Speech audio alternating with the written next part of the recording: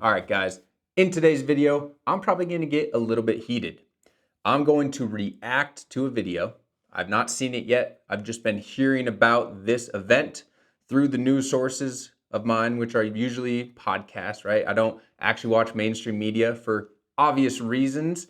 And you could also argue that some podcasts lean one way or the other. Yes, we all have our internal biases, but I can tell you, I don't care if you're liberal. I don't care if you're as far Republican as you possibly could ever be, or somewhere amongst our political mess here in America.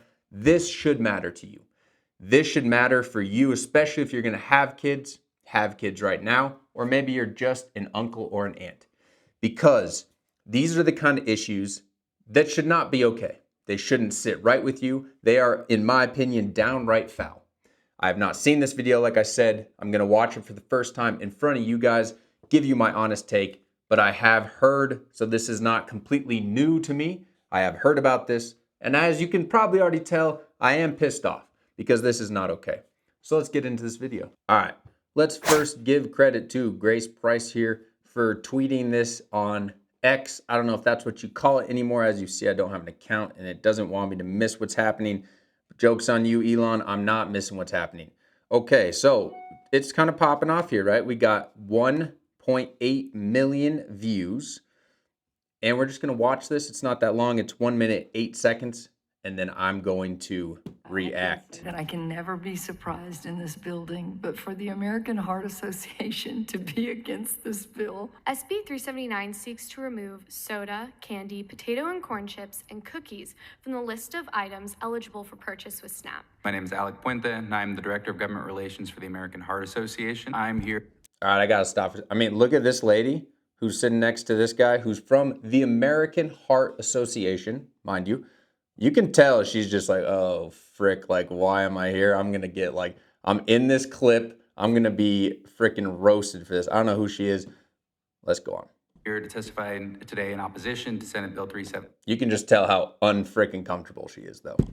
I would encourage you to look at what it restricts. The Heart Association is concerned about potential impacts of this bill on participation and population health. On your freaking pocketbook, brother. All right, he is from the American Heart Association. They are here to oppose a bill that is to fight, basically, so SNAP is, I had to look it up, Supplemental Nutrition Assistance Program. So obviously it provides food benefits to low-income families to supplement their grocery budget so they can afford the nutritious foods, blah, blah, blah, right?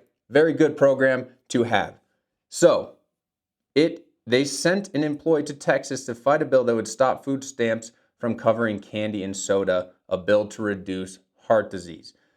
Okay, it's just facts that ultra-processed foods do not reduce heart disease, right? They are going to promote heart disease. There's so much evidence for this. If you want to learn more, where I originally heard about this incident was on the Huberman episode, his most latest one with Dr. Palmer. You can check that out. I'll put a link to that in this YouTube video.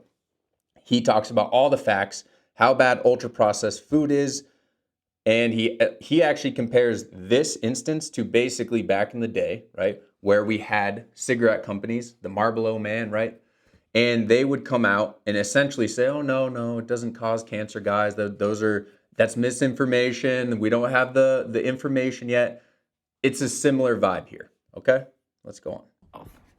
Imposing nutritional restrictions will interfere with the primary function of SNAP, reducing hunger, without reducing root causes of chronic disease. I'm here because I want to support the children on this program and protect them from the chronic disease that sugar will lead them to develop. I actually advocated for this bill in Arizona and was shocked by the big soda companies sending their own person to come and advocate for the fact that there's no correlation between soda consumption and obesity, which... Okay. So, exactly what I said. It's similar to the cigarette companies who have so freaking much money, lining, and look at this guy, he's freaking smiling. They're lining the pockets of these politicians. And it's just sad because it worked back in the day, right? Cigarettes, yeah, we know, I'm sure if you're around my age, you have known, or maybe you yourself, have smoked cigarettes. I used to, right? It used to be cooler back in the day, right? In the 90s and stuff. And especially before then, movie stars were seen smoking cigarettes. Famous, the Marlboro Man, like these people were cool. And there was a lot of information withheld from the public. And one of the most prolific ads that actually started getting especially kids to stop smoking was an ad with a bunch of bright white rich guys sitting around a table basically being like, "Oh, we got them. Like look at all these kids addicted to our thing that we've been lying about. We win, right? We're making money on these kids."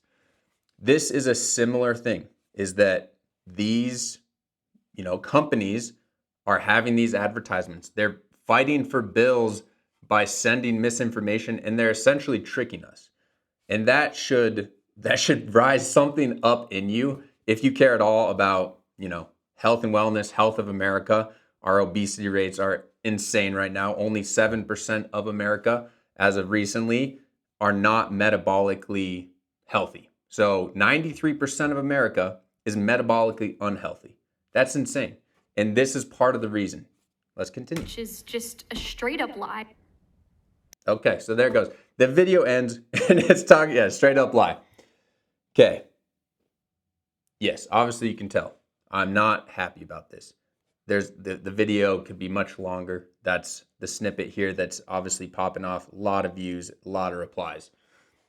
The point is that we should not allow things like this to happen. And obviously it's getting a lot of coverage. And obviously people are upset. But we got to fight back. And the only way that we really can, because we're going to go picket against major food companies and Pepsi, right? No, of course. Kellogg's and Pepsi, no, they have billions of dollars. The only way we can do it is by passing this kind of information on, recognizing that this is wrong, that they are trying to trick us basically by, these kind of foods are addicting. Sugar is addicting. So we need to fight with our wallets. That's the only way. That's what these companies care about, right? Unfortunately, when you get that big, and I don't want to paint with too broad of a brush, but let's be honest, companies like this, the bottom line, their stocks, all these kind of things, that's what matters. So the only way we can fight them, at least me and you, right, is with our wallets. So I really want to advocate to get this information out there to you, and you start passing it on to other people, because kids that are already having a hard time getting food in general, those are going to be the kids that are already more at risk to have obesity, right? Because it's harder to get nutritious food when you don't have as much money. So now when they're trying to essentially take those kids and also not take away the things that they know they shouldn't be eating, that is factually bad for them, it's just insane. I'd encourage you to look more up on this. I'd also encourage you to check out that podcast with Dr. Huberman. Very good episode. Really talked a lot about the issues, and what I thought was the coolest part about that.